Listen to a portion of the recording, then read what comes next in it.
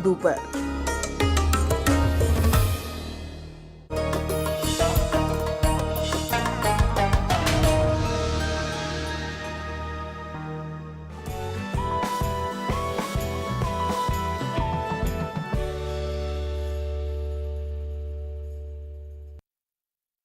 आदाब। Income, savings, investment और digital economy पर बेस्ड खास प्रोग्राम लेकर हाजिर हूं मैं सोनिया सिंह। हमारे इस खास प्रोग्राम में बात फ्रॉडुलेंट एक्टिविटीज से इन्वेस्टर्स के प्रोटेक्शन की। दरअसल सरकार की कोऑर्डिनेटेड एफर्ट्स की वजह से हाल में बरसों के बाद डिजिटल पेमेंट्स में सिग्निफिकेंट इंक्रीज हुआ है। पिछले फाइनेंशियल ईयर में दिसंबर 2023 तक 11,660 करोड़ का डिजिटल पेमेंट ट्रांजैक्शन हुआ, लेकिन डिजिटल पेमेंट में इंक्रीज के साथ ही फ्रॉडुलेंट एक्टिविटीज में हाल के दिनों में काफ़ी तेजी आई है। ऐसे में हमारे लिए समझने वाली बात यह है कि फ्रॉडुलेंट एक्टिविटीज से हम इन्वेस्टर्स को कैसे प्रोटेक्ट कर सकते हैं। ये आज का एक बड़ा सवाल भी है। इसी पर बात करने के लिए हमारे साथ दो खास मेहमान मौजूद हैं। हमारे साथ मौजूद हैं डॉक्टर CS मोहपात्रा, जो national council of applied economic research में IEPFA के चेयर प्रोफेसर हैं, जो मिनिस्ट्री ऑफ कॉर्पोरेट अफेयर्स के अंडर आती है। और साथ ही हैं हमारे साथ स्वधार फिन एक्सिस की CEO अमृता कपूर। आप दोनों का हम अपने स्टूडियो में स्वागत करते हैं। धन्यवाद। डॉक्टर मोहपात्रा से शुरुआत करेंगे। सर, कई खबरें आती हैं, किसी महिला के 25 लाख चले गए, किसी आदमी की पूरी ज़िंदगी की कमाई जो है वो स्टॉक एक्सचेंज में बहुत अच्छे ऑफर्स मिलेंगे इसके चलते चली गई, किसी का बैंक ही बंद हो गया, अब उसको समझ में नहीं आ रहा कि सब पैसे चले गए, अब क्या किया जाए। ये जो स्कैम्स होते हैं, ये जो फ्रॉड्स होते हैं, ये कॉमन रेड फ्लैग्स कैसे देखे जाएं कि हाँ हमें बचना है। ये बहुत ही इम्पोर्टेंट सवाल आपने पूछा है, जो कि सबके मन में है आज के दिन में। चाहे शहर के लोग हों, गांव के लोग हों, चाहे थोड़ा बहुत शिक्षित हो, चाहे निवेश भी कर दिया हो, ये जो प्रश्न आ रहा है डिजिटलाइजेशन के साथ साथ हमारे जो धोखाधड़ी का और घोटालेबाज का जो वृद्धि हो रखा है, उसको कंट्रोल करने के लिए, उसको सीमित करने के लिए जितना नियामक संस्थाओं हैं हमारे भारतवर्ष में, जैसे कि पूंजी बाजार के लिए सेबी है, और बैंकों के लिए रिजर्व बैंक ऑफ इंडिया है, और पेंशन के लिए PFRDA है, pension fund regulatory development authority. Insurance जो बीमा योजनाओं के लिए वी हैव IRDA एंड हमारे एक IBBI करके भी एक संस्था हम 2016 में क्रिएट किया है, resolution of banking board of India, IBBI, insolvency and banking board of India create किया गया है। संस्था तो बहुत बनाए गए हैं हम लोग, और उसमें अधिनियम, नियम, दिशा निर्देश जारी किया जाता है। इसके बावजूद लोगों के पास सारा जानकारी पहुंचना सबसे बड़ा मुद्दा है। लोगों के पास जानकारी पहुंचना एक तरफ से, और नियमों को लागू करना, कठोर तरीके से उसको लागू करना, जितना प्रबंध है, जो जालसाजी करता है, जो चीटिंग करता है, उसको किस गंभीरता को देखते हुए किस टाइप का दंड देना है, और जितने सारे शिकायतें आती हैं, शिकायत आने का प्रणाली के बारे में लोगों को समझाना और लोगों को साक्षरता देना, ये सबसे बड़ा चैलेंज है, सबसे बड़ा चिंताजनक विषय है। और साक्षरता भी, आर्थिक साक्षरता, या आप जो कहें सिर्फ बैंक अकाउंट खोलने से नहीं आता है। इसके लिए हमको जानना पड़ेगा कहाँ पर हम अपना ग्रीवांस को लेके जाएं। आप पुलिस में रिपोर्ट कर सकते हैं, आप गांव के जो NGO है उसको रिपोर्ट कर सकते हैं, आप रिजर्व बैंक का पोर्टल में जा सकते हैं, सेबी का एक ऑनलाइन प्लेटफॉर्म है स्कोर्स, उसमें भी जा सकते हैं। बहुत सारे प्रावधान हैं, लेकिन एक जिम्मेदारी बनता है, जैसे मैडम CEO हैं अपना एक NGO की, तो वो जैसे लगे हुए हैं इस संदर्भ में लोगों को गांव-गांव में जानकारी देने के लिए, ऐसे बहुत सारे NGO का ज़रूरत है। सरकार और बेसरकारी संस्थाओं का सहयोग से, और रेगुलेटर, इसको नियामक संस्थाओं के जितने सारे अधिनियम हैं उसको भी बढ़ावा देने का ज़रूरत है, उसको भी बदलने का ज़रूरत है क्योंकि जैसे जैसे डिजिटलाइजेशन बढ़ता है, डिजिटलाइजेशन के साथ साथ हम लोगों का जो ज़रूरतें हैं, जो नए नए परिस्थिति सृष्टि होते हैं, जो नए नए प्रोडक्ट्स डेवलप होता है, स्टॉक एक्सचेंजेस के केस में हो या जो भी चीज़ें हो, वो जैसे जैसे बढ़ते जाता है, हमको नियम को भी उस हिसाब से सुधार करने का ज़रूरत है। नए नए नियम लाने हैं। आपने सुना होगा जो छोटे छोटे स्कैम्स शुरू हो रहा है, जो पता नहीं लगता है, बाद में पता चला कि पॉन्जी स्कीम्स बहुत आ गए हैं।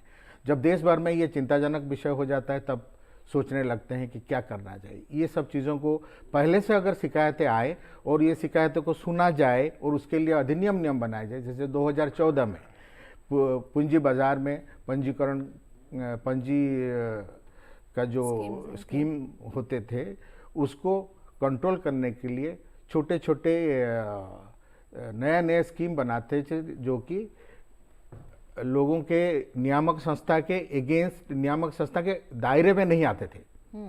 तो उनको दायरे में लाने के लिए 2014 में एक संशोधन किया गया सेबी एक्ट में, ताकि 100 करोड़ से ज़्यादा जिसका भी कैपिटल हो, जो भी ऑर्गेनाइजेशन का, उसको सेबी के अंदर पंजीकरण करना जरूरी है जी। वैसे अभी 2019 में भी एक बर्ड्स एक्ट करके लगाया है, जिसमें सारे जहाँ जो डिपॉजिटरी टेकिंग ऑर्गेनाइजेशन हैं, वो कहीं ना कहीं रजिस्टर होना जरूरी है।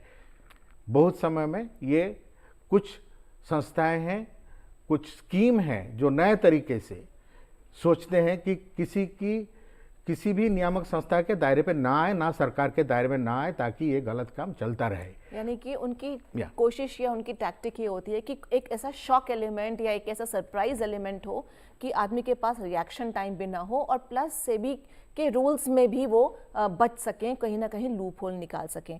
आपने करीब 15 साल फाइनेंस डिपार्टमेंट में भी बिताए हैं। आपके वहाँ के एक्सपीरियंस भी हम लेना चाहेंगे, और हम चाहेंगे कि हमारे दर्शक उस सबसे सीखें, आप बताएंगे। लेकिन इस बीच हम अमृता आपसे पूछते हैं, आप तो ग्राउंड पर काम करती हैं, 19 साल से आप आरबीआई के साथ जुड़ी हुई हैं, जानना चाहेंगे कि किस तरह के फ्रॉड्स होते हैं। हमने सुना है कि जैसे फिशिंग होता है, किसी का ओटीपी ले लिया, जो आजकल बहुत सारे सीरीज़ भी बन रही हैं ओटीटी प्लेटफॉर्म्स पर, इन सब की, वो सब तो हमने सुना है। लेकिन और भी कोई ऐसे फ्रॉड्स होते हैं जो समझ में नहीं आता कि वाकई में फ्रॉड हो गया हमारे साथ, हमें पता भी नहीं चला। हाँ जी सोनिया, बहुत सारे फ्रॉड हो रहे हैं आजकल, और बताना चाहूँगी कि स्वधार फिनैक्सेस अब 19 साल से आर्थिक साक्षरता और आर्थिक प्रशिक्षण, साथ में आर्थिक समावेशन के काम से जुड़ी हुई है। रिजर्व बैंक ऑफ इंडिया के साथ हमने पार्टनरशिप शुरू की ही 2017 में, और centre of financial literacy project के द्वारा हम ग्रामीण क्षेत्रों में, गांव-गांव में जाकर लोगों को बहुत सारे विषयों में साक्षरता दे रहे हैं, जैसे खाते कैसे खोलने हैं, पैसे कैसे अपने बचाने हैं, और डिजिटल बैंकिंग कैसे करनी है, फ्रॉड से कैसे बचना है, ठगी से कैसे बचना है, क्योंकि आजकल गांव-गांव में ठगी बढ़ गई है। जैसे आपने बोला, आजकल बहुत तरह के ठग आ गए हैं और ठगी बहुत प्रकार की हो रही है। ठग क्या करते हैं, लालच द्वारा या डर द्वारा, या तो ऑनलाइन या फ़ोन द्वारा, या आपस में आमने सामने से भी लोगों को ठग कर, जो मासूम गांव वाले होते हैं उनसे पैसे ले लेते हैं कुछ बोलकर, या तो उनका डेबिट कार्ड या क्रेडिट कार्ड की इंफॉर्मेशन उनसे लेकर फिर उनके खाते से ले जाते हैं। तो बहुत सारे ठग हैं, और ये ठगी का सबसे पहले है पहचानना कि किस तरह से आप अपने आप को सावधान रखिए और सतर्क रहिए। तो सबसे पहले मोस्ट कॉमन जो है गांव में, वो है कि एक लिंक भेज देते हैं मैसेज से या ईमेल से। अगर लिंक में गांव वालों ने या लोगों ने प्रेस कर दिया, तो सीधा आपकी व्यक्तिगत जानकारी जो है वो ठगों के पास पहुंच जाती है, और फ्रॉड बहुत आसानी से वो कर लेते हैं। आपके खाते में से पैसे अचानक चले जाते हैं, गायब हो जाते हैं। दूसरा तरीका है, आपसे फ़ोन करेंगे, किसी स्कीम के द्वारा बोलेंगे आप अपना डेबिट कार्ड का या तो नंबर दे दीजिए, या सीवीवी नंबर दे दीजिए, या 4 अंकों का पिन वो मांगकर खाते से पैसे लेकर गायब हो जाते हैं। एक तीसरा बात है निवेश फ्रॉड, जो बहुत बड़ा हो गया है आजकल। सोशल मीडिया प्लेटफॉर्म में सब हैं, फेसबुक के द्वारा या इंस्टाग्राम के द्वारा निवेश मांगे जाते हैं लोगों से, बताया जाता है कि आप निवेश करिए और बहुत ही आपका मुनाफा होगा, और छोटी मोटी रकम या बड़ी रकम भी लेके, शुल्क लेकर गायब हो जाते हैं, तो ऐसे ठग देते हैं। सबसे बड़ा स्कैम आजकल चल रहा है लॉटरी स्कैम। बोलते हैं कि आपको इतनी बड़ी लॉटरी लग गई है, लाख रुपए मिलेंगे या ट्रैक्टर मिलेगा या गाड़ी मिलेगी, और फिर ये भी बोलेंगे कि आप 25,000 थोड़े से जमा कर दीजिए हमारे साथ, आपको 1-2 लाख की लॉटरी हम आपके घर पहुंचा देंगे। ये एक हमारे प्रतिभागी, जो हमारी प्रशिक्षण के प्रतिभागी हैं, उनका नाम था विष्णु सिंह, झारखंड में राहू डिस्ट्रिक्ट में, वहाँ पर उनसे बोला गया, उन्हें फ़ोन आया कि आपको लॉटरी मिल गई है, आपको ट्रैक्टर मिलेगा। 25,000 उनसे मांगे गए, तो वो जब अगले दिन बहुत खुशी खुशी जा रहे थे उस जगह पे 25,000 देने के लिए, वो हमारा जो सेंटर ऑफ एक फाइनेंशियल लिटरेसी है उसी गांव में, झारखंड में, वहाँ गए। हमारे जो वहाँ ट्रेनर हैं, कार्यकर्ता, उन्होंने उनसे पूछा कि आप कहाँ जा रहे हैं। तो जब उन्होंने सुना तो उन्हें समझ आ गई कि ये ठगी चल रही है। उन्होंने विष्णु सिंह से नंबर लिया, उस नंबर पे फ़ोन किया और बोला कि मैं तो रिजर्व बैंक ऑफ इंडिया से बोल रहा हूँ, मैं centre of financial literacy centre से बोल रहा हूँ। वो डर के मारे वो नंबर ही उसने बंद कर दिया अपना। तो विष्णु सिंह को हमारे कार्यकर्ता ने झारखंड में बचा लिया। लेकिन ये सबसे कॉमन है, और आजकल एक और समूह के तरीके से भी लोग, फ्रॉडस्टर्स, जो गांव-गांव में जाके मासूम लोगों को ठग रहे हैं। कैसे वहां पहुंचते हैं, और फ्रॉडस्टर्स बोलते हैं, पहले तो बहुत मीठी मीठी बातें करके उनका विश्वास जीतते हैं, उन्हें लालच देते हैं कि आप थोड़ी सी रकम दीजिए, शुल्क भरिए, हम आपको बहुत बड़ा बीमा नहीं तो बहुत बड़ा कर्ज देंगे, तो आपका फ़ायदा होगा। तो एक बड़ा सा समूह बनवा लेते हैं, और फिर उन्हें जब शुल्क लेने की बारी आती है, मीठी मीठी बातें करके शुल्क भी ले लेते हैं और रफा दफा हो जाते हैं। तो ऐसे ही बहुत सारे मासूम लोग ऑनलाइन फ्रॉड और आमने सामने के फ्रॉड से भी कठिनाइयों से गुजरते हैं, उनके पैसे गायब हो जाते हैं। तो गांव-गांव में हम तो सबसे पहले, हमारे जो कार्यकर्ता हैं स्वधार फिनएक्सेस के, हम सबसे पहले यही समझाते हैं कि बहुत सरल तरीका है। पहले तो आप समझदार बनिए और सतर्क रहिए।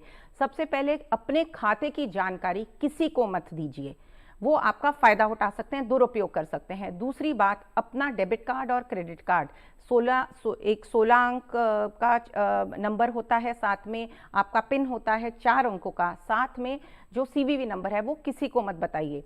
तीसरी बात, हमेशा अपना मोबाइल नंबर अपने खाते से लिंक रखिए, क्योंकि खाते से कोई गड़बड़ हुई, कोई पैसे गायब हो गए, आपको तुरंत मैसेज आ जाएगा।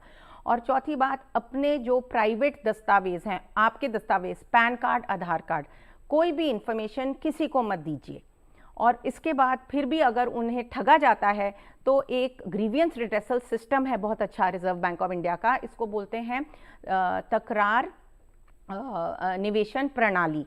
तो इसके द्वारा बहुत सारे हेल्पलाइन नंबर हैं, ताकि अगर ठगी के कोई शिकार हो जाएं लोग, वो एक टोल नंबर पे फ़ोन कर सकते हैं, 144448 1444 पे, तुरंत ही उन्हें सहायता मिलेगी।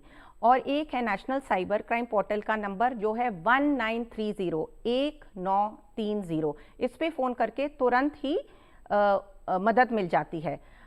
सबसे पहले गांव वालों को जो ठगी के शिकार हुए हैं, उन्हें सबसे पहले 72 घंटों के अंदर, जो हमारे कार्यकर्ता समझाते हैं और हम बताते हैं उन्हें कि 72 घंटों के अंदर आपको सबसे पहले अपने बैंक की शाखा में जाके शिकायत दर्ज करनी पड़ेगी, बैंक के मैनेजर को बताना पड़ेगा, और साथ ही साथ 72 घंटों में पुलिस स्टेशन जाके FIR भी लॉन्च करवाइए। फिर 30 दिन तक अगर आपको बैंक की सहायता ना मिले, तब आप 1444 टोल फ्री नंबर पे फ़ोन कर सकते हैं, नहीं तो नेशनल साइबर क्राइम नंबर 1930 पे भी कंप्लेंट कर सकते हैं, नहीं तो एक कंप्लेंट मैनेजमेंट सिस्टम है, उसमें आप ईमेल कर सकते हैं, और आपको तुरंत रिजर्व बैंक ऑफ इंडिया की तरफ से, बैंक की तरफ से सहायता ज़रूर मिलेगी। जी, काफ़ी इम्पोर्टेंट जानकारी आपने दी है। लेकिन जैसे अमृता बोल रही थी सर कि अपना क्रेडिट कार्ड डिटेल्स किसी को मत दीजिए, अपना पैन कार्ड नंबर किसी को नहीं बताइए, अपना आधार कार्ड गुप्त रखिए। लेकिन हैरानी की बात तो ये है कि ये सारी के सारे इन्फॉर्मेशन आपके मोबाइल फ़ोन में होती है। अगर आपका मोबाइल फ़ोन गुम हो जाए या फिर आप अपना पुराना मोबाइल फ़ोन बेच दें, या फिर जैसे अमृता ने बताया कोई लिंक आता है और आप उस लिंक पे क्लिक कर लें, आपके सारी पिक्चर गैलरी से वो सारे जो आपने फ़ोटो खींच खींच के रखे हुए हैं अपने बैंक अकाउंट के डिटेल्स के या फिर आधार के या फिर पैन के, वो सब की सब इन्फॉर्मेशन पहुंच जाएगी और ऐसे में तो फिर बहुत गड़बड़ हो जाएगी सर। हाँ, ये एक बहुत ही अहम बात आपने कहा। पहले तो मैं कुछ जोड़ना चाहूँगा, अमृता ने जो कहा कि लालच और भय, ये दोनों के चक्कर में लोग अपना शिकार बन जाते हैं। इसके अलावा और भी तरीके जो हैं वो तत्काल आपको बिना समय दे के तत्काल चाहते हैं कि अभी ये करिए, नहीं तो ये अपॉर्चुनिटी आपके हाथ से, अर्जेंसी दिखाते हैं और आपको आइसोलेट कर देते हैं ताकि आप उस ऑर्गेनाइज संस्था के बारे में या उस बंदे के बारे में आप रिसर्च ना कर सको। और केवाईसी के डिटेल्स मांगते गलत आदमियों को हम जानबूझ के डिटेल्स दे देते हैं। एक और तरीका है, एटीएम में जब आप जाते हैं, बाज़ार में जब हम अपना ओटीपी को पंच करते हैं, लिखते हैं, एटीएम में जब करते हैं, इसको कहते हैं शोल्डर सर्फिंग। आपके कंधे के पीछे से कोई आपका सीवीवी देख रहा है क्रेडिट कार्ड का, कोई आपका ओटीपी देख रहा है, मोबाइल नंबर को और आपका क्रेडिट कार्ड का फ़ोटो करके जो आप भेजते रहते हैं, उसके लिए भी तरीका है कि आप उसको गुप्त रख सकते हैं। डिजी लॉकर में सारा इन्फॉर्मेशन आप रख सकते हैं, ना कि मोबाइल पे। और अगर ऐसा कोई गलती हो जाए, अमृता ने जैसे कहा, जो सिस्टम है उसको समझने का ज़रूरत है। मैं फिर से कहूँगा कि जो साक्षरता है हमारे देश में बहुत कम है। फाइनेंशियल लिटरेसी का लेवल अभी 45% है मेल्स का, और ये जेंडर गैप के वजह से फीमेल्स का तो और भी कम है, 35% है। और ये जब तक नहीं बढ़ेगा और ये फाइनेंशियल लिटरेसी साक्षरता का थोड़ा आधुनिकीकरण अगर नहीं होता है, बहुत दिनों से, सालों से, महीनों से बहुत सारे संस्थाएं चला रहे हैं, सिखाने का काम कर रहे हैं, पैम्पलेट बंट रहा है। जो मैंने देखा है, आपने जैसे बताया, फाइनेंस मिनिस्ट्री में मैं 2007 से लगातार हूँ 2021-22 तक, और secretary financial stability development council जब बनाया गया उसके बाद मैं उसका सेक्रेटरी रहा हूँ, जहाँ पर बैंक, इंश्योरेंस, पेंशन और कैपिटल मार्केट, ये सारे के जितने सारे हेड्स हैं उसको फिनांस मिनिस्टर हेड करते हैं। ये सबसे बड़ा ऑर्गेनाइजेशन है। उसके 4 ऑब्जेक्टिव में से फिनेंशियल लिटरेसी और फिनेंशियल इंक्लूजन, लोगों को फाइनेंशियल एरिया में इंक्लूड करना, बैंक अकाउंट खुलवा के, ये तो प्राथमिक काम है उसकी, जिसके लिए हमने जनधन योजना में बहुत अच्छा काम किया है। लेकिन उसको और बढ़ावा देने की ज़रूरत है, लोगों के पास पहुंचाने का काम, फाइनेंशियल एजुकेशन देने का काम है। और एजुकेशन जो देते हैं हम, वो एक बार देने से नहीं होगा, इसको सस्टेन फाइनेंशियल एजुकेशन देना है। मैं हरदम एक उदाहरण देता हूँ, कोई भी डिसेबल्ड बच्चा को अगर आपने जाके क्रचेस दे दिए, 10 साल बाद आप जाके देखेंगे वो उसका फ़ायदा क्या उठाएगा। 1-2 साल बाद वो उसका कद बड़ा हो जाएगा, वो क्रच को फेंक के फिर अपने तरीके में वापस जाएगा। तो हमको अगर किसी को मदद करना है तो आपको बार बार वहाँ पे जाना है और बार बार देखना है वो कर रहा है या नहीं कर रहा है। जैसे फाइनेंशियल लिटरेसी को हम सिर्फ ज्ञान के हिसाब से देखते हैं, नॉलेज के हिसाब से, नॉलेज से आगे जाके उसको वो कुशलता सिखाना है, स्किल सिखाना है, उसका प्रवृत्ति में परिवर्तन लाना है, उसका एटीट्यूड को डेवलप करना है, और साथ साथ उसका बिहेवियरल मैनिफेस्टेशन हो रहा है या नहीं, वो अपना फाइनेंशियल वेलबींग को मैक्सिमाइज कर पा रहा है या नहीं। अगर ये प्रश्न हम लोग भी आपस में पूछें, क्या मैं जितना कमाता हूँ सारा पैसा को सही ढंग से इस्तेमाल करता हूँ ताकि मेरा जो वेलफेयर है, मेरा पर्सनल जो वेलफेयर है, व्यक्तिगत जो फ़ायदा है, सबसे ज़्यादा हो रहा है क्या? ये भी हम बहुत लोग हम में से हैं जो भी सोचेंगे नहीं हो रहा है। अगर नहीं हो रहा है तो हमको बहुत कुछ सीखना बाकी है। और उसके साथ साथ डिजिटलाइजेशन के साथ साथ जो नए नए चीज़ें आई है उसको समझना और उससे अपने आप को प्रोटेक्ट करना। कितने लोग जानते हैं कि ये आरबीआई का एक पोर्टल है जो ऑनलाइन है, सेबी का एक स्कोर्स नाम से एक ऑनलाइन पोर्टल है, और ये दोनों नंबर जो बताया गया, कितने लोगों को ये मालूमात है। और जैसे ही क्रेडिट कार्ड में आपने जिक्र किया क्रेडिट कार्ड का या कोई भी मोबाइल लॉस होने का, हम में से कितने लोग जाते हैं एफआईआर लॉन्च करने के लिए, और कितने लोग जानते हैं अगर बैंक हमारा डूब जाता है, वो भी आपने एक एग्जाम्पल दिया है, तो हमको 5 लाख तक वापस मिल सकता है, जो कि बहुत पहले 2 लाख तक था। तो प्रावधान तो बढ़ते जा रहा है और सरकार भी सजाग है और नियामक संस्थाओं भी सजाग है, अधिनियम नियम वो सब बन रहा है। लेकिन बनने के बाद एक तरफ है इसको लागू करना, दूसरी तरफ है उसके लिए जानकारी लेना और जानकारी के बाद उसको प्रॉपर इस्तेमाल करना। और मैं कहता हूँ जैसे बेंजामिन फ्रैंकलिन ने कहा कि नॉलेज सबसे ज़्यादा इंटरेस्ट रेट देता है। अगर आपको ज्ञान है उससे बड़ा इंटरेस्ट रेट आपको कहीं पे भी नहीं मिलेगा। तो आपका चीज़ों को पैसा कमाना जितना ज़रूरी है उसको संभाल के रखना भी उतना ज़रूरी है। और सारी चीज़ का जानकारी जानने के बाद शांति से जीवन यापन करना ही आपका उद्देश्य है। तो इसलिए ये जानकारी सबसे ज़रूरी है। हम लोगों को अपने तरफ से भी कोशिश करना चाहिए और उसमें बेसरकारी संस्थाओं का सहयोग अनिवार्य है। सिर्फ सरकार या नियामक संस्थाएं कानून बनाने से नहीं होगा, उसको लागू करने से भी नहीं होगा। जो ग्राउंड रियलिटीज़ है उसको समझना और बदलते रहना जी बहुत ज़रूरी है, ये मैं समझता हूँ। तो अमृता, जैसे सर फाइनेंशियल एजुकेशन की बात कर रहे हैं, तो एग्जैक्टली किस टाइप की एजुकेशन, क्या आप लोग क्या सिखाते हैं, और उस एजुकेशन के बाद जो जनता है जिनको आप सिखा रहे हैं, कितना डिफरेंस आपने नोट किया है? तो थैंक यू सोनिया, बहुत ही बढ़िया प्रश्न आपने पूछा। तो फाइनेंशियल एजुकेशन और लिटरेसी में जो बहुत विभिन्न विषयों में हम अपने लोगों को जो आर्थिक तरीके से उनकी मजबूत नहीं है, जिनकी आर्थिक स्थिति मजबूत नहीं है, उन्हें हम बहुत विषयों में साक्षरता प्रदान करते हैं। जैसे सबसे पहले पैसे को बचाएं, अपने पैसे को कैसे बचाएं, अच्छी जगह बचाएं। सबसे बेस्ट तरीका जो होता है, बैंक में अपना खाता खोलिए। हम उन्हें ये भी बताते हैं कि बैंक की अन्य सेवाएं कितनी हैं और बैंक में अगर वह अपना पैसा जमा करेंगे तो वो सुरक्षित भी रहेगा और कंपाउंडिंग वो बढ़ेगा भी, कंपाउंडिंग भी सिखाते हैं। और एक बहुत ही अच्छा हम सीख सिखाते हैं अपने प्रतिभागियों को, वो है 5 रुपए का जादू। कि छोटी छोटी रकम को अगर आप की बचत करेंगे तो वो छोटी छोटी रकम की बचत बहुत बड़ी बन जाएगी महीने के एंड में और साल के एंड में। उससे आपको क्या लाभ मिलेगा? आपके बच्चों की पढ़ाई होगी, अगर कोई बीमारी आ गई उसके लिए, आपके इलाज के लिए पैसे बच जाएंगे और जीवन में जो भी कठिनाइयाँ आएंगी उसको आप डट कर सामना कर सकेंगे अगर आपके पास बचत हो और आपके पैसे सुरक्षित बैंक के खाते में हो। साथ ही हम उन्हें अलग और भी विषयों में साक्षरता प्रदान करते हैं, जैसे डिजिटल बैंकिंग, कस्टमर प्रोटेक्शन, की आप सतर्क कैसे रहें, डिजिटल बैंकिंग कैसे करें। साथ में अगर आपके साथ धोखाधड़ी हो गई, कोई फ्रॉड हो गया, तो उसके लिए आपको क्या तरीके अपनाने पड़ेंगे ताकि आपको आपके पैसे वापस मिल जाएं। साथ में कर्ज इत्यादि, इन विषयों में भी हम उन्हें बहुत सिखाते हैं।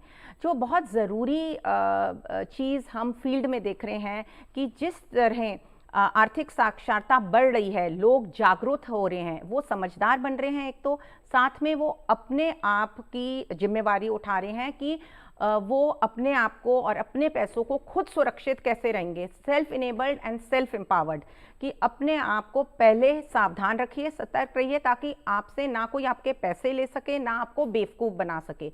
दूसरी बात है आर्थिक समावेशन की। जो सरकार की बहुत महत्वपूर्ण योजनाएं हैं, जैसे प्रधानमंत्री जीवन ज्योति योजना, प्रधानमंत्री सुरक्षा बीमा योजना, सुकन्या समृद्धि योजना जो छोटी बेटियों के लिए है, उनकी पढ़ाई अच्छे से हो सके इसलिए, अटल योजना पेंशन, बहुत सारी सरकार की महत्वपूर्ण योजनाएं हैं। इससे हमारे जो कार्यकर्ता हैं स्वधार फिनएक्सेस में, उन्हें जोड़ते हैं और उनको लाभ होता है कि आगे की ज़िंदगी उनकी आराम से गुजर सके। उन्होंने पैसे बचा लिए हैं, ये अलग अलग योजनाएं उनके काम आती हैं, जैसे बीमा हो गया, एक्सीडेंटल वाला इंश्योरेंस हो गया, एक्सीडेंटल बीमा हो गया, साथ में बेटियों की पढ़ाई हो गई। सबसे आजकल का जो सबसे ज़रूरी विषय है वो है डिजिटल बैंकिंग और अपने आप को सतर्क रहना, सावधान रखना, और जो पैसे मुश्किल से बचाए हुए हैं अपने जीवन के लिए, अपने बच्चों के लिए, अपनी सेहत के लिए, वो कोई आके आपसे ले ना जाए। एक मैं बहुत इम्पॉर्टेंट एग्जाम्पल बताना चाहूँगी। मध्य प्रदेश में धार डिस्ट्रिक्ट में हमने देखा, हमारे स्वधार कार्यकर्ता थे, हमारा वहाँ एक centre for financial literacy reserve bank of India के साथ भी चल रहा है। वहाँ पर ठग आ गए। उन्होंने बहुत ही चुस्त और चालाक तरीके से 50 से अधिकतर गांव वालों को फंसाया और बोला कि आप छोटी सी रकम दीजिए, हम आपका पैन कार्ड बनवा देंगे, आयुष्मान कार्ड भी दे देंगे और ई श्रम कार्ड भी दे देंगे। तो ये जब उन्होंने सरकार के कार्डों के नाम लिए तो गांव वालों ने सोचा ये सचमुच सरकार के ही लोग हैं और अच्छे लोग हैं, ये हमें कार्ड दिलवाएंगे। उनसे उन्होंने काफ़ी मोटी रकम हर एक गांव वाले से ले ली और फिर गायब हो गए। जब ये गांव वालों को पता चला कि 10 दिन हो गए, 20 दिन हो गए, 1-1.5 महीना हो गया, उनके पास ना कोई पैन कार्ड आया, ना ई श्रम कार्ड आया, ना आयुष्मान कार्ड आया, तो हमारा जो सेंटर गांव में था वह वहाँ समूह में आए और हमारे 2 ट्रेनर थे वहाँ पे, 2 कार्यकर्ता थे, उन्हें ये बताए। तो कार्यकर्ता जो हमारे हैं उनका फ़र्ज़ है कि आर्थिक प्रशिक्षण देकर आर्थिक समावेशन उन्हें कराना है। तो उन सब का उन्होंने पैन कार्ड बनवाया, साथ में KYC अपडेट कराया और जिनको आयुष्मान कार्ड देना था उन्हें आयुष्मान कार्ड दिया, जिनको ई श्रम कार्ड देना था उन्हें भी दिलवाया। लेकिन वहाँ उस गांव में हमारा सेंटर था, स्वधार के कार्यकर्ता थे, उनकी मदद हो गई। लेकिन ये बहुत ज़रूरी है, लोगों को पता होना चाहिए, चाहे शहरी बस्तियों में चाहे गांव में, कि अगर कोई भी आ जाए और आपको बोले कि हम आपको ये वाली योजना दिलवा देंगे या बैंक में आपका ऐसा वाला खाता खुलवा देंगे, तो सबसे पहले उनके दस्तावेज चेक करिए और अपने आप को सावधान रखिए और किसी के भुलेखे में ना आइए। यानी कि आप ये कह रही हैं कि किसी पे भी विश्वास मत कीजिए, ऐसे आंख बंद करके कोई भी कुछ बोले और बोले कि बहुत सारे आपको इसके रिटर्न्स मिलने वाले हैं, उस और फ्री में अगर आपको कोई चीज़ मिल रही है तो इसका मतलब ये मान जाइए कि कहीं ना कहीं कोई पेच है, आपको वो देखना पड़ेगा। महापात्रा जी, मैं आपको 2 एग्जाम्पल दूंगी जो कि एक्चुअल रियल एग्जाम्पल्स हैं। एक लेडी को मैं जानती हूँ जो घर में साफ़ सफाई करती हैं, तो उन्होंने टीवी पे कोई शो देखा। टीवी पर ये था कि इस गाने को अगर आप पहचान लेंगे और इस नंबर पे मैसेज करेंगे तो आपको इतने पैसे मिल जाएंगे। बहुत आसान सा गाना था, कर दिया, आंसर सही था, मैसेज आ गया कि आपने तो 5 लाख की लॉटरी जीत ली है और अब आपको 35,000 रुपये देने हैं। कितना समझाने के बाद भी उस महिला ने 35,000 रुपये दिए, कुछ नहीं हुआ 4-6 महीने तक। उसके बाद वो रोती रोती आई कि मेरे तो 35,000 चले गए। तो सबने समझाया बुझाया कि आगे से ऐसा नहीं करना, पुलिस में कंप्लेन कर दो।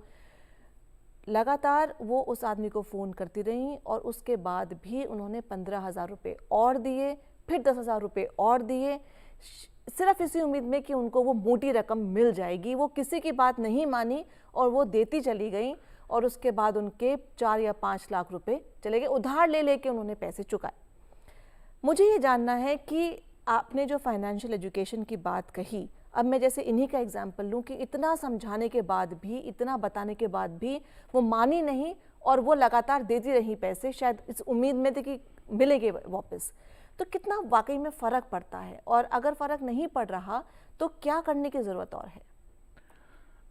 अच्छा कहा सोनिया आपने। याद होगा आपको शुरू में जब हम डिस्कशन कर रहे थे, आपने कहा कि हाई रिटर्न्स कोई देता है तो हम उसके झांसे में आ जाते हैं। ये एक ही उदाहरण है कि अगर कोई कहता है कि मैं 8-9% के अलावा मैं आपको 90% का फ़ायदा दे दूंगा, या आप 10 रुपया दीजिए तो मैं आपको 10 लाख दे दूंगा, ये एक लालच है जो कि विश्वास योग्य नहीं है, वो सच से बहुत दूर है। और किसी ने कहा है सच से अगर कोई चीज़ बहुत दूर लगता है आपको, वो सच नहीं होता है, और या तो आप उसको सच मानिए भी नहीं। अगर आप उसको सच मानेंगे, ये पहला गलती आपका है। यही चीज़ नहीं करना है, ये बार बार सिखाया जाता है। अमृता ने भी कहा लालच में हम लोग कर देते हैं, सोचते हैं कि शॉर्टकट टू मनी, तो लालच में नहीं पड़ना है। और मैं हर जगह पे कहता हूँ कि अगर सिस्टम को आपने ठीक कर दिया, सारे नियम कानून बना दिए, सब कुछ लागू हो गया, सरकार ने भी अपना कर लिया, NGO मान लो सब कुछ ठीक ठाक कर रहे हैं, सिखा रहे हैं, लेकिन ये चीज़ को अगर आप सोचेंगे कि शायद मेरे को फ़ायदा आ जाए, ये नहीं होता है, ये कभी भी नहीं होता है। और 2-3 चीज़ और मैं बताऊंगा फ्रॉड्स के बारे में जो हमने डिस्कशन नहीं किया है। जैसे कॉरपोरेट फ्रॉड्स है, उसमें भी जो लोग निवेश किया हुआ है, शेयर होल्डर्स हैं, तो वो निवेश करने से पहले कुछ कंपनीज़ हैं जो कंपनी का पता नहीं चलेगा, सडनली उनका शेयर मार्केट में प्राइस बढ़ जाता है, आप सोचते हो कि अब बहुत फ़ायदा होता होगा, इसमें लगा देते हो पैसा। कभी सर्कुलर ट्रेडिंग, कभी फ्रंट रनिंग, बहुत सारे तरीके हैं जिसको प्रिवेंट करने के लिए सेबी के पास रेगुलेशंस हैं, उसको मान के वो लोग दंड भी देते हैं, जुर्माना भी देते हैं और गंभीरता को नज़र में रखते हुए जेल भी जाते हैं लोग। लेकिन अगर इस टाइप का कोई कंपनी बहुत सारे रिटर्न्स देने का वादा करता है, आप उनके शेयर खरीद लेते हो, बाद में बेचने में मुश्किल हो जाता है। कुछ लोग होते हैं आपस में ये ट्रेडिंग करके प्राइस को बढ़ा देते हैं और जैसे ही बढ़ जाता है वो लोग बेच देते हैं और आम आदमी सोचता है कि इसमें बड़ा फ़ायदा होता होगा तो खरीद लेते हैं। उस केस में क्या करना है? उस केस में आपको कंपनी का नाम जानना है, कंपनी का ऑथेंटिक इन्फॉर्मेशन लेना है, कंपनी का प्रोस्पेक्ट के बारे में समझना है। और सिर्फ कंपनी नहीं, जो ब्रोकर्स आपके जिनके थ्रू आप दे रहे हो, ब्रोकर्स में जो कागज़ों में आपका दस्तखत लेते हैं इन्वेस्टमेंट करने से पहले, जो ऑनलाइन भी चाहे हो, उसको आप देखिए विश्वास योग्य है या नहीं, क्योंकि आधा काम आप विश्वास करके करते हो, ट्रस्ट करके करते हो। विश्वास के आधार पे एक और विश्वासघाती होता है लोगों के साथ, जिसको हम लोग अंग्रेज में बोलते हैं embezzlement, trust based fraudulent activities. मेरा ही बंदा मेरा रिस्पॉन्सिबिलिटी लिया, मेरा आधार कार्ड, पैन कार्ड, मेरा चेक का बुक किताब रखा हुआ है, और कुछ केसेस में तो अपने रिलेशन में लोग कहते हैं मैं समझ लूँगा, तुम्हारे बैंक में जाके मैं सारा कुछ देख दूँगा। उसके बाद आपका प्रॉपर्टी भी वो आपके दस्तखत से गायब कर देता है, आपका पैसा भी गायब कर देता है। उसके बाद वो मानता भी नहीं है कि आपने उसको या तो पैसा दिया था या आपके बैंक में पैसा था। इसी को कहते हैं एम्बेजलमेंट। तो अपना आदमी भी हो, क्यों ना हो, या जो अपनापन जताता है बहुत ज़रूरत से ज़्यादा, जो कि आप उसको पहले पहचानते नहीं थे, उसको आप विश्वास मत करिए। अपना सारा कागज़ दे के खुद मत भूल जाइए। अब अगर सोचेंगे आंख बंद करके, आपके आसपास जितने लोग हैं, कितने लोग चेक साइन करने से पहले सब कुछ देखते हैं कि कितना अमाउंट दे रहा हूँ, किसको दे रहा हूँ और ये कब तक आ रहा है पैसा। कितने लोग जो कागज़ में दस्तखत करते हैं शेयर इन्वेस्टमेंट के लिए, कोई भी एजेंट हमारे पास आ जाता है, पहला बात है कि ये सबसे बढ़िया इन्वेस्टमेंट है और जहाँ मेरा पैसा जा रहा है वो बिल्कुल ही रीज़नेबल और बिल्कुल ही बढ़िया ऑर्गेनाइजेशन है, मेरे को इतना मिलने वाला है, मैं इसके बारे में जानता हूँ। नहीं, हम नहीं करते। हम सारा भरोसा एजेंट के ऊपर छोड़ देते हैं। एजेंट्स का पहला काम होता है कि उनको कमीशन सबसे ज़्यादा किस में मिलता है। तो ये सब लालच का एक प्रतिरूप है या अपना नेग्लिजेंस का एक प्रतिरूप है। तो सरकार, बेसरकारी संस्थाओं, नियामक संस्थाओं के अलावा हम लोगों को सजग रहने का ये बहुत बड़ा जिम्मेदारी है। और सीखने का तरीका भी डिजिटलाइजेशन के साथ साथ इतना बढ़ गया है, आप जानते हो सोनिया, कि बहुत मौका है सीखने के लिए, लेकिन हम सीखते क्या है? अगर इन्फ्लुएंसर्स वगैरह जो टीवी में आते हैं, जिनके बारे में कॉन्फ्लिक्ट ऑफ इंटरेस्ट क्या होता है वो बताते नहीं है। कॉन्फ्लिक्ट ऑफ इंटरेस्ट का मतलब है कि मैं किसके लिए काम कर रहा हूँ, किस किस ऑर्गेनाइजेशन में, कंपनीज में मेरा खुद का शेयर है, तो जो मैं एडवाइस करूँगा उसको कैसे लेना है, ये बिना किए अपंजीकृत, जो सेबी में पंजीकृत रहते हैं जो आर्थिक सलाहकार, उनमें उनके पास ना जाके किसी भी कारण की वजह से हो, हम लोग ऐसे लोगों का बात सुनते हैं जो कहते हैं कि मैं कल इन्वेस्ट किया, आज पैसा निकाला और मेरे पास मर्सिडीज आ गया। आप सोचते हो ये बहुत बढ़िया है, इसी में करते हैं, इसी का बात कोई आगे सुनते रहेंगे। तो अनरजिस्टर्ड फाइनेंशियल एडवाइजर्स, इन्फ्लुएंसर, मैं नहीं कहता हूँ कि सारे गलत है या ज़्यादातर गलत है, लेकिन देखने का काम तो आप ही का है ना, समझने का काम, और आपको इसको अपने आप को रोक के रिसर्च करके हड़बड़ाहट में ना आके आगे बढ़ना, क्योंकि आप ही का पैसा है। कठोर कष्ट करके आप जितना पैसा कमाते हो आप कभी भी गंवाना नहीं चाहेंगे। और किसी को भी अंधविश्वास में ना करिए, इन्वेस्टमेंट या भरोसा ना करिए। कागज़ देखिए, अमृता ने बताया, कोई आता है आपके पास KYC रजिस्ट्रेशन के लिए, 50 फ़ोन कॉल आते हैं, जैसे आप लोगों को आते होंगे, हमको भी आते हैं। हम इस स्टूडियो के आने से पहले 10-50 कॉल हम टेकअप भी नहीं करते हैं। आजकल वो स्कैम वाला भी है, डू नॉट डिस्टर्ब वाला भी है, टेलीफोन में तरीका है। आपके पास क्रेडिट कार्ड का डिटेल आप जब डालते हो वो ऑटोमेटिक पैसा रिलीज होता रहता है, बहुत सारे जगह को आप पैसा देते हो ऑनलाइन, लेकिन आप उसको ऑफ करके भी रख सकते हो ताकि आप जब खुद इस्तेमाल नहीं कर रहे हो कोई और इसको इस्तेमाल ना कर सके।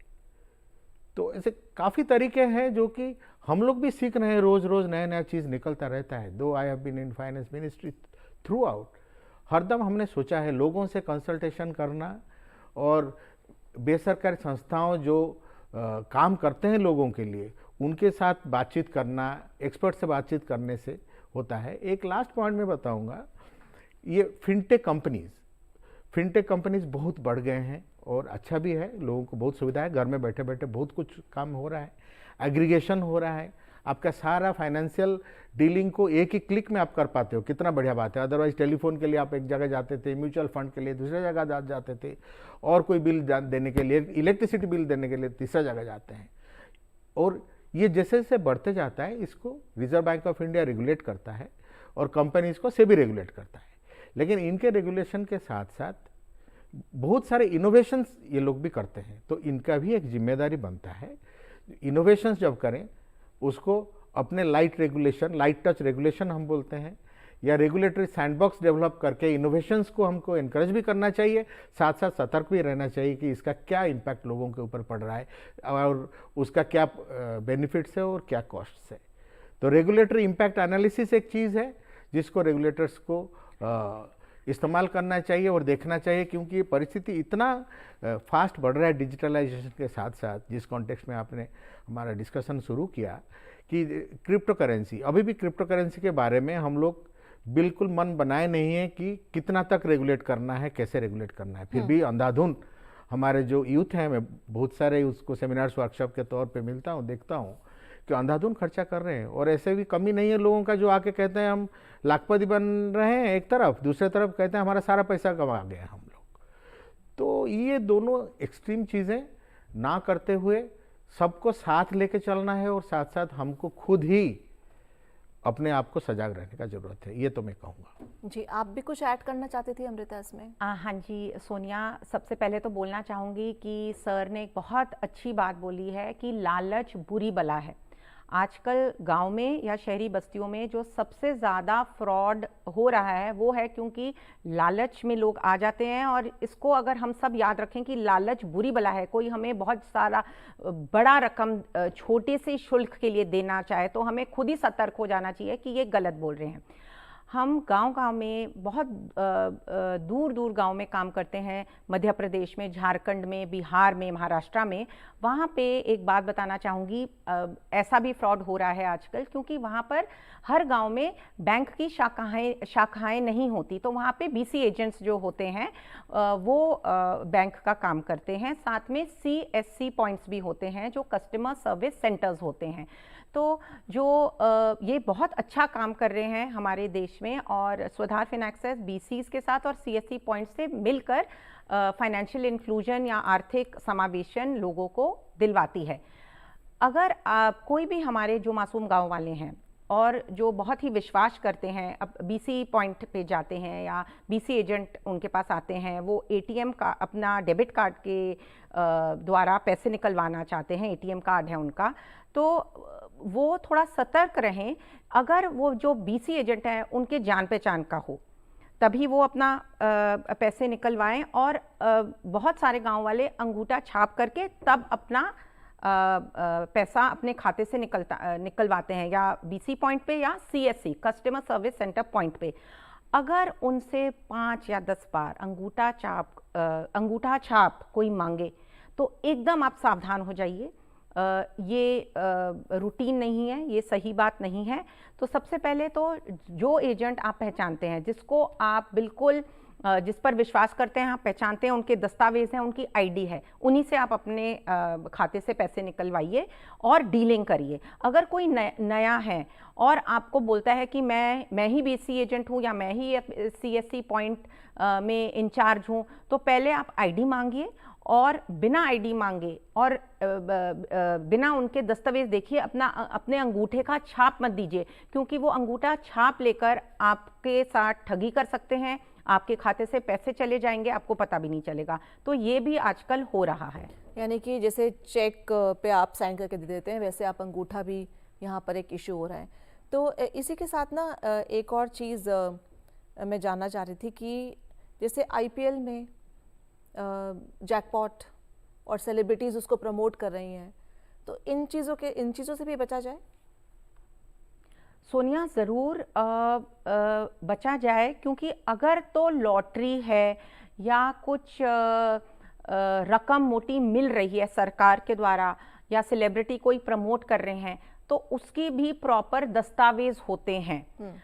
ऐसे ना फंसें, उसका पूरा पहले जांच पड़ताल कर कर अपने बैंक मैनेजर से पूछिए। हमारे कार्यकर्ता बहुत सारे गांव में हैं, स्वाधार फिनएक्सेस के कार्यकर्ता है ही नहीं तो कोई और एनजीओ हो, उनसे पता करिए, या आपके जो भरोसेमंद बैंक मैनेजर हैं, बीसी एजेंट है, सीएससी पॉइंट पे कोई एजेंट है, पहले उनसे पता करिए कि यस हमने देखा है ये सेलिब्रिटी हैं, कोई बहुत मशहूर हैं, वो इनके बारे में बोल रहे हैं, ये वही है कि ये कुछ और है।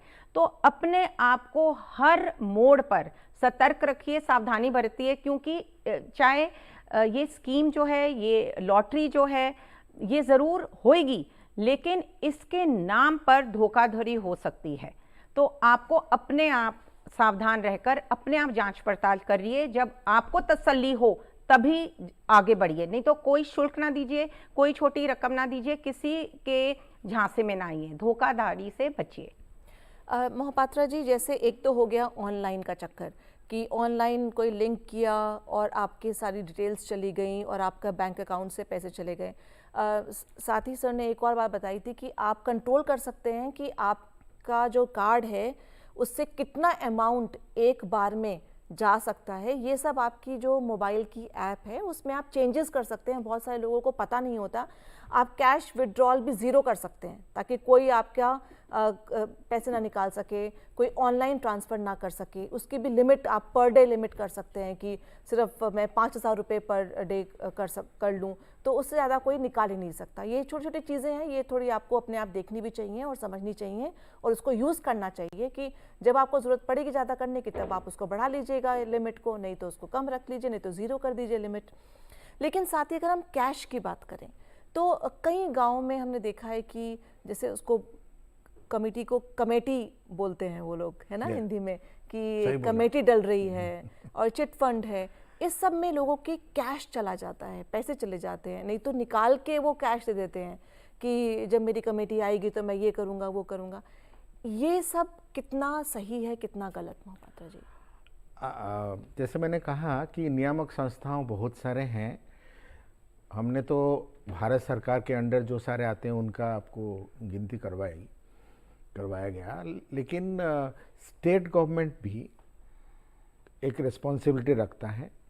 जो चिट फंड का जो घोटाला का बात आप कर रही हैं, वो कमेटी बनाना और लोग इकट्ठे करके रोटेटिंगली पैसा लेने वाली बात है, तो उनको पकड़ने के लिए स्टेट गवर्नमेंट को एक्शन लेना चाहिए।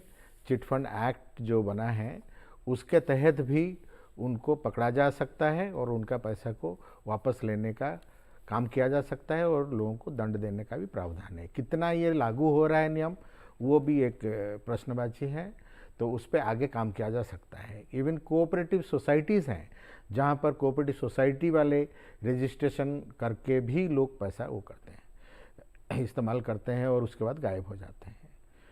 पोंजी स्कीम्स का बात शुरू में हम बोल रहे थे, 1920 में ये पोंजी स्कीम शुरू हुआ था, चार्ल्स पोंजी करके एक बंदे के नाम से, जिसने $15 मिलियन ले लिया यूएसए से। तो ये कोई नया बात नहीं है। ये पैसा का जहाँ तक बात आता है, लोग 50 तरीके लगाते हैं कैसे निकाला जाए। हमको इसीलिए साथ साथ मैं दोबारा फिर कहूँगा, हमको वही 50 तरीके समझने हैं पहली बात, और उसके बाद हमारा जो अधिकार है उसको हमको समझना चाहिए।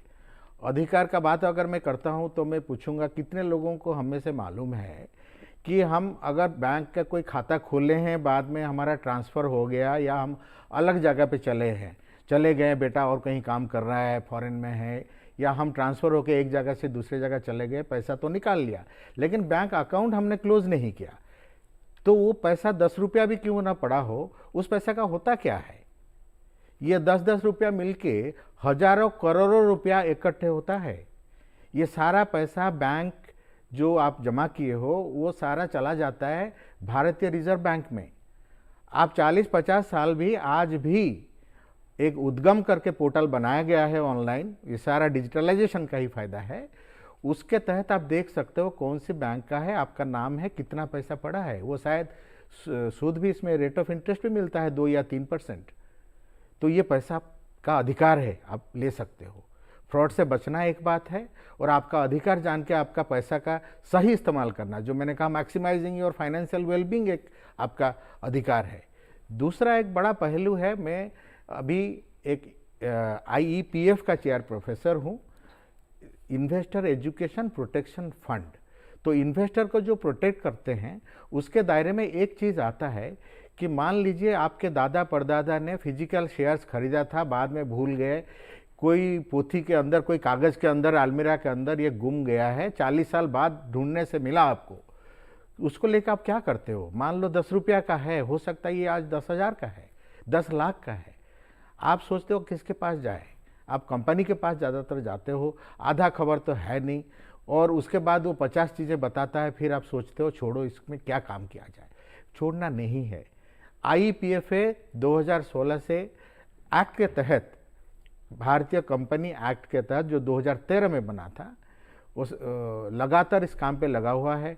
ऑनलाइन में भी एक फॉर्म 5 करके उनका होता है, IEPFA, ये है इनका प्लेटफॉर्म, ऑनलाइन प्लेटफॉर्म का वेबसाइट है, उसको आप देखिए, उनके पोर्टल पे जाइए, उनके फॉर्म नंबर 5 भरिए, कितना पैसा, जो भी खबर आपको मिलता है, उसके बाद आपको कुछ प्रूफ देना पड़ जाएगा, वो आप जेन्युइन बंदे हैं या आप भी कोई फ्रॉड करना चाहते हो। इसी नाम से भी हो सकता है कोई जेन्युइन बंदा ना हो, फिर भी वो पैसा मांगना चाहता है।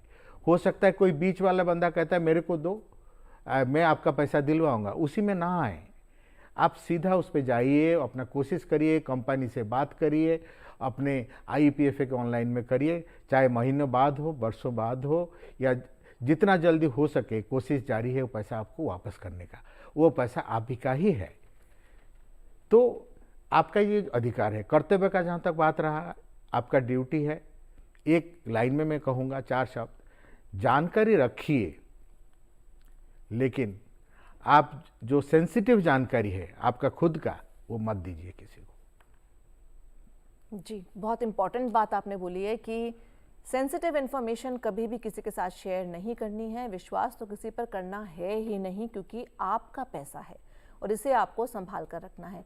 आप कुछ रैप अप करना चाहेंगे अमृता लास्ट में? हाँ जी सोनिया, आपने बहुत ज़रूरी प्रश्न पूछा कि कैश होता है खासकर गांव में, गांव वालों के पास, या शहरी बस्तियों में भी जहां हम काम करते हैं। तो जो रिजर्व बैंक ऑफ इंडिया ने ये centre for financial literacy project किया है ताकि गांव-गांव तक आर्थिक साक्षरता पहुंचे। सबसे पहले हम यही सिखाते हैं गांव वालों को कि जो आपके पैसे हैं, कैश हैं, आप अलमारी में मत रखिए, ज़मीन के अंदर गाड़िए मत, और चिट फंड में तो बिल्कुल ही मत डालिए। आप उसको बैंक में डालिए, खाता खोलिए, ताकि वो आपके पैसे सुरक्षित रहें। खाते में, जो बैंक के खाते में आपके पैसे हैं, वो आपके हाथ में हैं। जीवन में बहुत कठिनाइयाँ आ सकती हैं, जब कठिनाइयाँ आएंगी आपका पैसा आपके पास है, आप उससे अपने आप की जो कठिनाइयाँ हैं, परेशानियाँ हैं, उसका डटकर मुकाबला कर सकते हैं। अगर पैसे आप खो जाएंगे या कोई फ्रॉड हो जाए आपके साथ, तो फिर तो आप और मजबूर हो गए। तो ये जो centre for financial literacy project है, जो स्वधार फिनएक्सेस RBI के साथ कर रहा है, इसका मेन मुद्दा ही यह है कि लोग अपने आप इंडिपेंडेंट बने, फाइनेंशियली इंडिपेंडेंट बने, अपने आप को सबसे पहले फाइनेंशियली इंडिपेंडेंट करके समझदार रहें, होशियार बने, ताकि जो उनके पैसे हैं वो कोई भी आकर उन्हें भुला फुसला लेकर गायब ना कर पाए। तो होशियार रहिए और सतर्क रहिए, यही मैसेज है। बहुत शुक्रिया आप दोनों का स्टूडियो में आने के लिए और इतनी इम्पोर्टेंट इन्फॉर्मेशन देने के लिए, क्योंकि हम यही उम्मीद करना चाहेंगे कि जो हमारे दर्शक हैं, आज के बाद कम से कम उनके साथ कोई भी ठगी ना हो, कोई फ्रॉड ना हो, वो किसी स्कैम में ना फंसे, वरना क्या फ़ायदा हमारे इस प्रोग्राम का। तो हमारी उम्मीद यही है कि आज के बाद प्रण लीजिए कि बहुत इम्पॉर्टेंट इन्फॉर्मेशन जो आपकी है वो किसी के साथ शेयर ना करें और अपना पैसा संभाल कर रखें। पैसा बोलता है कि इस कड़ी में फ़िलहाल इतना ही। अपनी राय, सजेशंस हमें ईमेल कीजिए। ईमेल ID है ddurduspecials@gmail.com। इसी के साथ हमारी पूरी टीम को दीजिए इजाजत। आदाब।